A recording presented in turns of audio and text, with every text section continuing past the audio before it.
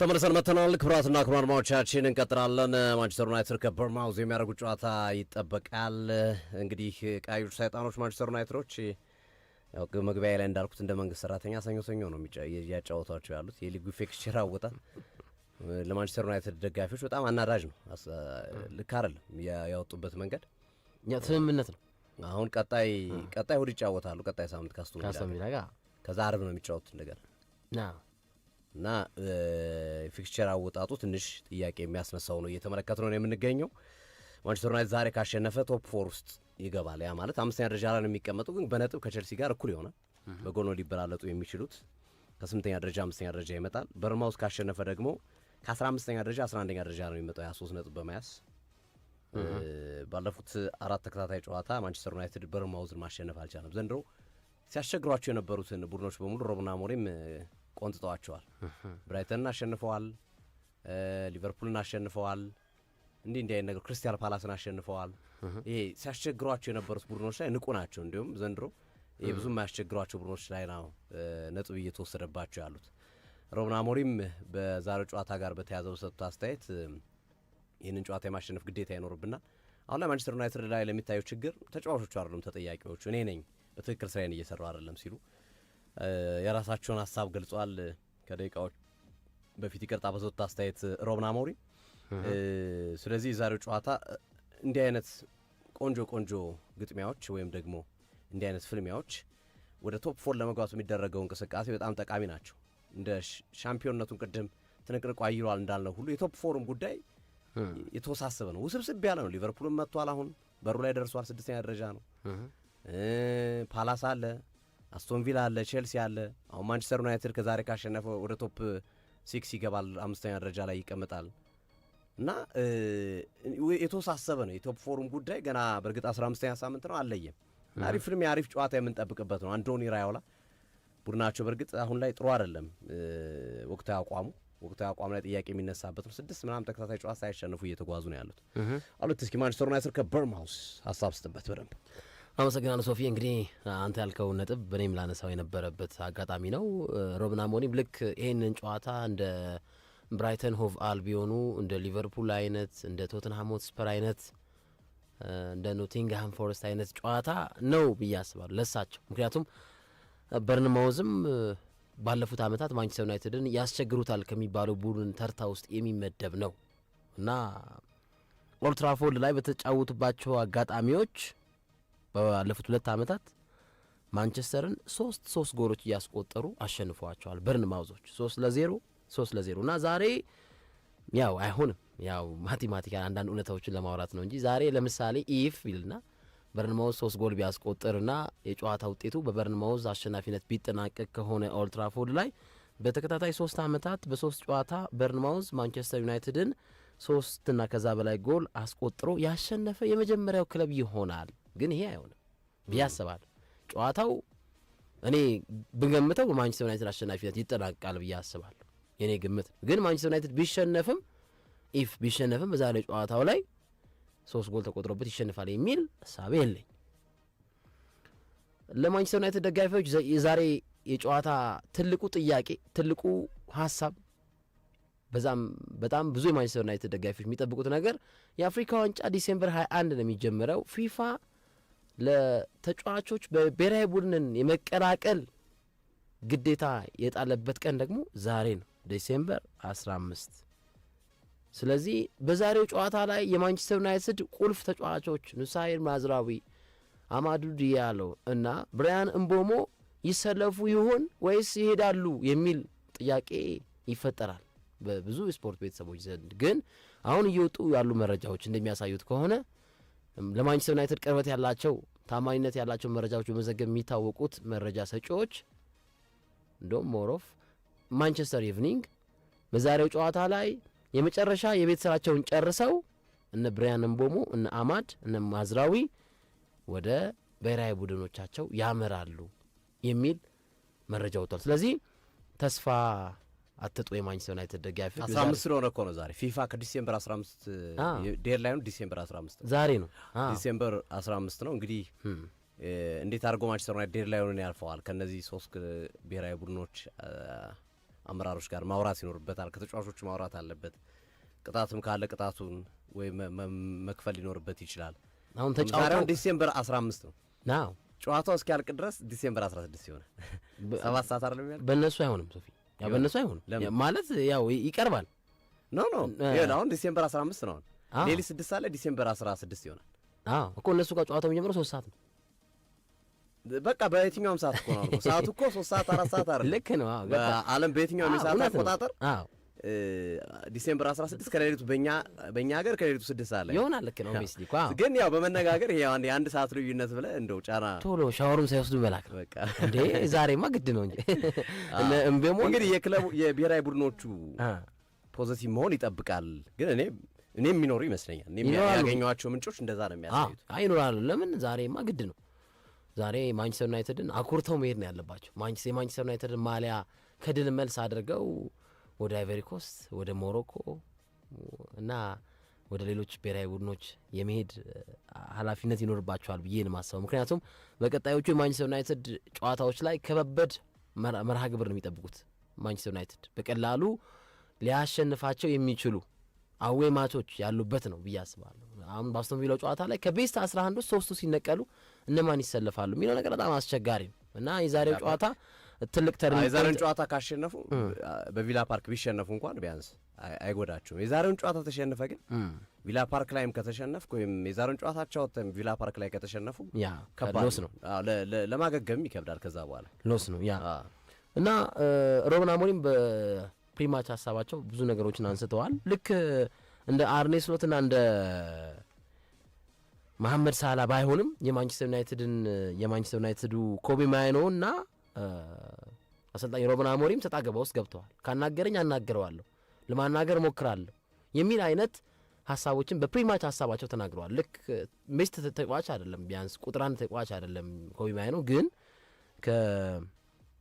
ከሩበን አሞሪም ጋር በጣም ሰጣ ገባ ውስጥ ገብተዋል እና እሳቸው ኮቢ ማይኖ በጥር የተጫዋቾች መስኮት ክለቡን እንዲለቅ ጥያቄ አቅርበዋል። ክለቡ ደግሞ አንፈልግህም፣ ያንን ጥያቄ ውድቅ ነው የምናደርገው፣ እዚሁ ትቆያል የሚል ሀሳብ አቅርቧል። ክለቡ የእሳቸው ስታንድ ባይሆንም እና ግን ኮቢ ማይኖ ካወራኝ መጥቶ ለማውራት ዝግጁ ነኝ ብሏል። እንደውም አይ ቲንክ በባለፈው ጨዋታ በወልቭሱ ጨዋታ ላይ እኮ ተቀየሮ እየገባ ባለበት ሰዓት አንድ ምስል ተመልካቾች ካስታወሳችሁ ወይም አድማጮች ካስታወሳችሁ ኮቢ ማይኖ ላይ ታክቲካል የሆነ ኢንስትራክሽኖችን እየሰጡት እሳቸው እሱ ጋምባሌውን የማስተካከል ነገር የአይኖቹን ብሌኖች ወደ ሌላ ቦታዎች የማየት ነገር ትመለከቱበታላችሁ። ተመልክተናል ያን ነገር በቃ የሆነ ግድ ያለ መስጠት ነገር እንደዚህ እያወሩት ፊት ለፊት ኮቢ ማይኖ ሌላ ነገር ሲያይትመል አይተነዋል እና በመሀላቸው ችግር እንዳለ ያሳያል።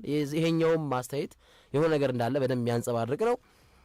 ሌላም ተናግረዋል እሳቸው ደግሞ ለነ ፖል ስኮልስም ለነ ጋሪ ኔቭልም ለነ ዋይኒ ሩኒም ምላሽ የሚሆን ሀሳባቸውንም ያጋሩ ይመስላል።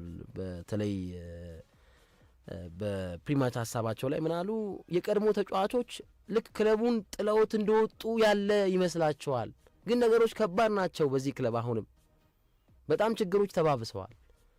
ዲስ ሚንስ ስም አይጥሩ እንጂ ለነ ፖል አሮን ስኮልስ ለነ ጋሪ ኔቭል ለነ ዋይኒ ማርክ ሩኒ የመሳሰሉ የቀድሞ ተጫዋቾች በሩበን አሞሪም ላይ እምነት የሌላቸው ተጫዋቾች በጨዋታ ለሚሰጡባቸው አስተያየቶች ምላሽ አይነት የመስጠት አይነት ሪስፖንድ ነው ያደረጉት። ምንም ጥያቄ የለውም እና የሚተቹኝ ተጫዋቾች ነው ያሉት ነው ቃል በቃል እኔን ብሌም የሚያደርጉ የሚተቹ ተጫዋቾች እነሱ ሲለቁ የነበረው ቡድን ስቲል ያለ ይመስላቸዋል እና ነገሮች አስቸጋሪ ናቸው። ከኮቢ ማይኖ ጋር በተገናኘም በሱ ቦታ የሚሰለፈው ተጫዋች ብለዋል ብሩኖ ፈርናንዴዝ። የሱ ቦታ ተፎካካሪ ብሩኖ ፈርናንዴዝ ነው። ብሩኖ ፈርናንዴዝን ደግሞ በዚህ የማንቸስተር ዩናይትድ የጨዋታ መንገድ ላይ ድሮፕ ማድረግ አልችልም፣ ወደ ተጣባቂ ወንበር ማምጣት አልችልም ብለዋል። እኔ ያሉ እንደውም ምንድን ያሉት እኔ ቶቢ ኮለርን በውሰት ለዌስት ብሮም ሰጥቻለሁ፣ ሃሪ ማስን በሻምፒዮንሺፕ ሰጥቻለሁ በውሰት፣ ቺዶ በዩ 21 እየተጫወተ አይገኝም፣ ቶቢ ኮለር በዌስት ብሮም እየተጫወተ አይደለም፣ ሃሪ ማስ ስትራግል እያደረገ ነው ለመጫወት። ሰዎች ሲጠይቁኝ አጫውታቸው ሲሉኝ አጫውቻቸው ነበር በማንቸስተር ዩናይትድ በነበረበት ቆይታ። ግን አሁን ላይ ለተሰጠኝ ጥያቄ ብታጫውታቸው ላሉኝ ግለሰቦች ጊዜ ሰጥቼ አጫውቼ አይቻቸዋለሁ። እኔ ጋር አይደለም ጥፋቱ፣ ቁልፉ እኔ ጋር አይደለም። አሁን በላኩባቸው ቡድኖች ላይም ቶቢ ኮለር በዌስት ብሮም እየተጫወተ አይደለም። ሃሪማስ ስትራግል እያደረገ ነው። ቺዶ ስታርተር አይደለም በU21 የማንቸስተር ዩናይትድ ቡድኑ። ሰው የኔ ጥፋት አይደለም ነው ያሉት። እና አንዳንዴ የሚያሳምን ነገር አላቸው። አንዳንዴ እኔ አሁን መቃወማቸው ነገሮች አሉ በዚህ ቡድን ውስጥ፣ ግን መደግፋቸው ነገሮች አሉ። ምናልባት ኮቢ ማይኖን አማዱ ዲያሎ ወደ አፍሪካ ዋንጫ በሚሄዱበት ሰዓት የሆነ ነገር የነ ብራያን ምቦሞ ጉዞ የሆነ ቦታ ላይ እሱን ልንመለከተው የምንችልበት እድል ይኖራል ብዬ አስባለሁ። የማንቸስተር ዩናይትድ ደጋፊዎች ለምሳሌ አሁን በብሩኖ ፈርናንዴዝ ደስተኛ አይደሉም፣ እኔም ደስተኛ አይደለሁም። ግን ብሩኖ ፈርናንዴዝ እያደረገ ያለው ነገር ቁጥሮችን ብንገልጽ እንዴ ለምን ትጠሉታላችሁ ተብለን እንጠየቅ ያደርጋል። ለምሳሌ ብሩኖ ፈርናንዴዝ ባለፉት 8 የፕሪሚየር ሊግ ጨዋታዎች ላይ በ8 ጎሎች ላይ አስተዋጽኦ አድርጓል። 2 ጎል አስቆጥሯል፣ 6 አሲስት አድርጓል። የፕሪሚየር ሊጉ the most chance creator ተጫዋች ነው።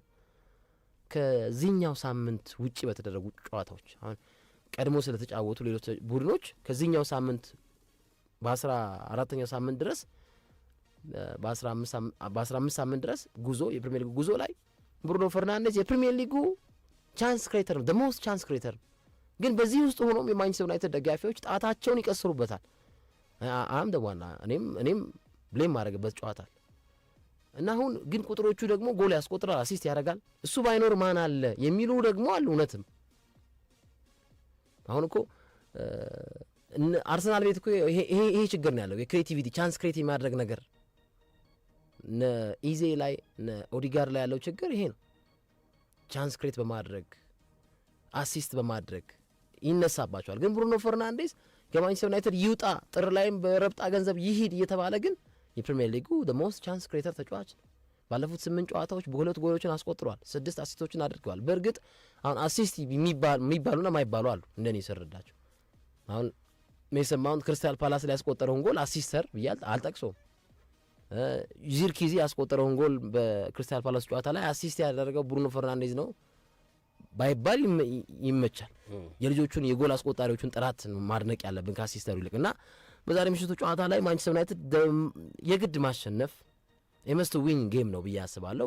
የክለቡ አላማ በቻምፒዮንስ ሊግ የመጨረስ እቅድ እስካለው ድረስ ቢያንስ 5ኛ ወጥቶም የእንግሊዝን የአውሮፓ ቻምፒዮንስ ሊግ ኮኤፊሽንት ኮታ እስኪያቅ ድረስ በደንብ ኮምፒውት ማድረግ አለበት ብዬ አስባለሁ እና ልክ እንደ ብራይተኑ ጨዋታ ማሸነፍ አለበት። አሁን ማንቸስተር ዩናይትድ አስቆጪ የሆኑ ውጤት የጣለባቸው ጨዋታዎች በጣም ያናዱሃል። ማለት በጨዋታ ውስጥ አሁን ትጠቅሳለህ ጥሩ ሆነ አቻም ተጣባቸው ነገሮች፣ ግን አሁን የሰንደርላንዱ ጨዋታ በጣም አስቆጪ ነው። ማነው የኤቨርተኑ ጨዋታ በቀይ ካርድ ወጥቶ በሜዳ እየተጫወት የዌስትሃሙ ጨዋታ፣ እነዚህ ነጥቦች አድ ብታደርጋቸው አሁን እነ አማድና እነ ብራያን በማይኖርባቸው ጨዋታዎች ላይ ነጥብ ብጥል ራሱ ቢያንስ አሁን ያለበት ነጥብ ላይ ከፍ ብሎ እንዲቀመጥ ያደርጋል፣ ያግዝ ነበርና ይሄ ነው ሀሳቤ። ግን ዛሬ 2-0 ለላን እናሸንፋለን። እሺ እንግዲህ ማንቸስተር ዩናይትድ በኤቨርተን ከተሸነፈና በዌስትሃም አቻ ከወጣ በኋላ ወልቭስን አሸንፎ ቀና ያለበት ሳምንት ነው የኛው ሳምንት።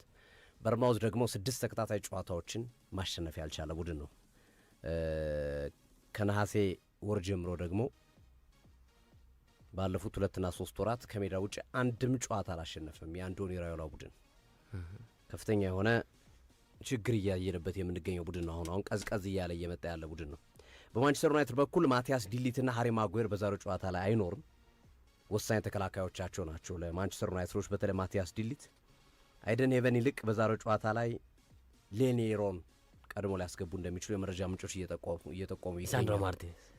ሌኒሮና ሊሳንድሮ ማርቲኔስ ሊጣመሩ ይችላሉ። ግን አይደን ሄቨን ዛሬ አይኖርም። አይኖርም ማለት ተቀያሪ ወንበር ላይ ይቀመጣል። ቋሚ 11 ላይ መርጡት የሚችሉበት እድል አይመጥንም። ባይዘዌን ዲዘርቭ ያደረግም ሶፊ ለኔ ገና ነው፣ ገና ልጅ ነው። እሺ እነዚህ ይጠበቃሉ። ቤንያሚን ሼሽኮን በሚመለከት ሼሽኮ ድኗል ከጉዳቱ፣ ግን ፉድ ፖይዝን የምግብ መበከል ህመም አጋጥሞት ጥሩ ስላልሆነ ጤነኝነቱ ለዛሬው ጨዋታ አይደርስም ተብሏል። ግን ከህመሙ አገግሟል። እንግዲህ ቅድም አሉት እንዳለው የአፍሪካ ዋንጫ ዛሬ ምቡሞ ዳሎና ማዝራዊን ይፈቅዳሉ ይመስላል። አብዛኞቹ መረጃዎች ከውስጥ ቅርበት ያላቸውና ልምምድ ነው የተመለከቱ። ይህን ጨዋታ ጨርሰው ነው የሚሄዱ እያሉ ነው ያሉት። ጨዋታው እንደተጠናቀቀ ይበራሉ። በቃ አማራጭ የላቸው ለቀጣይ ቅዳሜና እሁድ በሚጀመረው የአፍሪካ ዋንጫ ላይ ለመድረስ ማለት ነው። በበርማውዝ በኩል ሉዊስ ኮክ፣ ጋኖን ዶክ፣ ሪያን ክሪስቲ፣ ማርኮ ሴንሲ ጉዳት ላይ ያሉ ተጫዋቾች ናቸው። ማርኮ ሴንሲ በዛሬው ጨዋታ ላይ የመድረስ እድል ይኖረዋል። ከቸልሲ ጋር ባዶ ለባዶ በተለያዩበት ጨዋታ ተጎድቶ መውጣቱ ይታወሳል። አንቶኒ ሲሜኒዮ የቡድኑ ምርጥ ተጫዋች ቢሆንም ግን ባለፉት 7 ጨዋታዎች ጎል የለውም። ጎል ማስቆጠር አልቻለም። ባለፉት 7 ጨዋታዎች ማንቸስተር ዩናይትድ ጠቃሚ ነው ሴሜኒዮ መቀዝቀዙ ማለት ነው። ታይለር አዳምስ የፕሪሚየር ሊጉ ሄዳሩ ምርጥ ጎልን ያስቆጠረው ተጫዋች ከቅጣት መልስ በዛሬው ጨዋታ ላይ በቡድኑ ቋሚ 11 የሚካተት ይሆናል።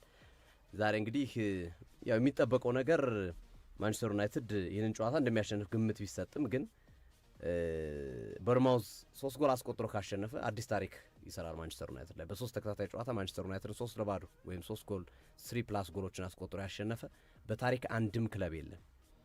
ስለዚህ ከዚህ አንጻር ይጠበቃል። ያው ማንቸስተር ዩናይትድ በነገራችን ላይ በደንብ እየተሻሻለ እንደሆነ ማሳያ ማረጋገጫ ቁጥሮች እያየን ያለ ነው።